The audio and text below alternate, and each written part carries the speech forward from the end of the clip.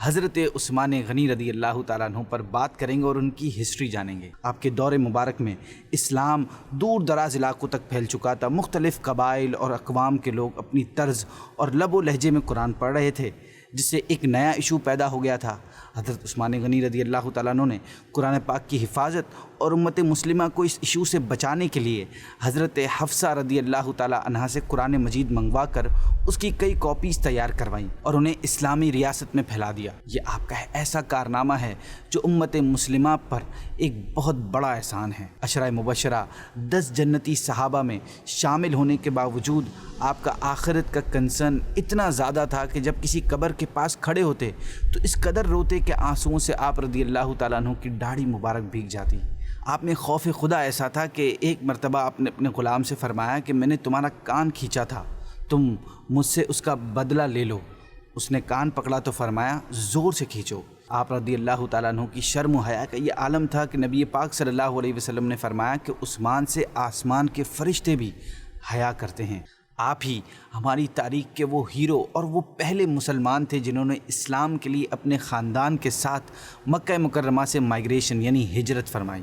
آپ کے اندر عبادت، knowledge, bravery and generosity and modesty and trust in Allah جیسی تمام اچھی کوالٹیز پائی جاتی تھی۔ آپ رضی اللہ تعالیٰ عنہ کا کریکٹر اتنا صاف ستھرا تھا کہ آپ نے زمانہ جاہلیت میں بھی کبھی شراب نہیں پی، نہ بدکاری کے قریب گئے، نہ کبھی چوری کی اور نہ ہی کبھی گانا گایا اور نہ ہی کبھی جھوٹ بولا۔ جی ہاں، آپ رضی اللہ تعالیٰ عنہ مسلمانوں کے 3rd خلیفہ تھے اور حکومت کے معاملات چلانے یعنی گورنمنٹ کے جو معاملات ہوتے ہیں چلانے میں بڑے ایکسپرٹ تھے۔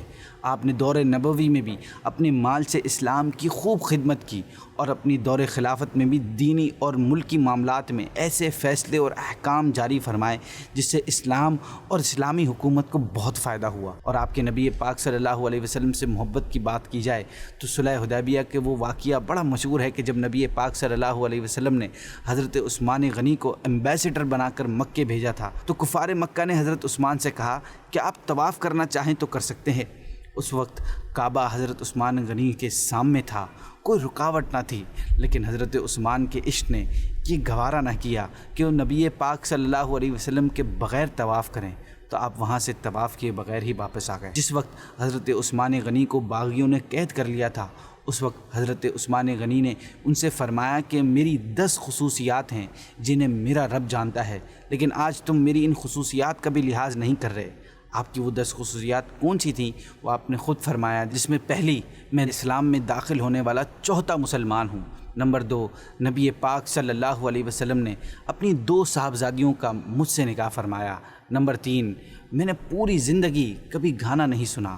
نمبر 4، میں نے کبھی برے کام کی خواہش نہیں کی۔ نمبر 5، جس ہاتھ سے میں نے نبی پاک صلی اللہ علیہ وسلم سے بیعت کی اس ہاتھ کو آج تک گندگی سے دور رکھا۔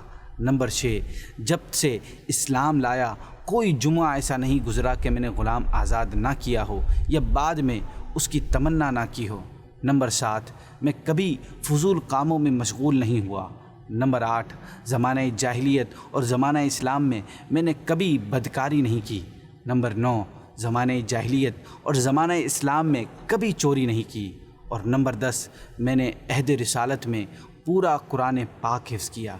12 سال خلافت پر فائز رہ کر 18 ذو الحجۃ الحرام سن 35 ہجری میں جمعے کے دن روزے کی حالت میں تقریباً 82 ایئرز کی طویل عمر میں آپ کو نہایت ظلم کے ساتھ شہید کر دیا گیا۔ شہادت کے بعد حضرت سیدنا عبداللہ بن عباس نے نبی کریم صلی اللہ علیہ وسلم کو خواب میں فرماتے ہوئے سنا کہ بے شک عثمان کو جنت میں عالی شان دولہا بنایا گیا ہے۔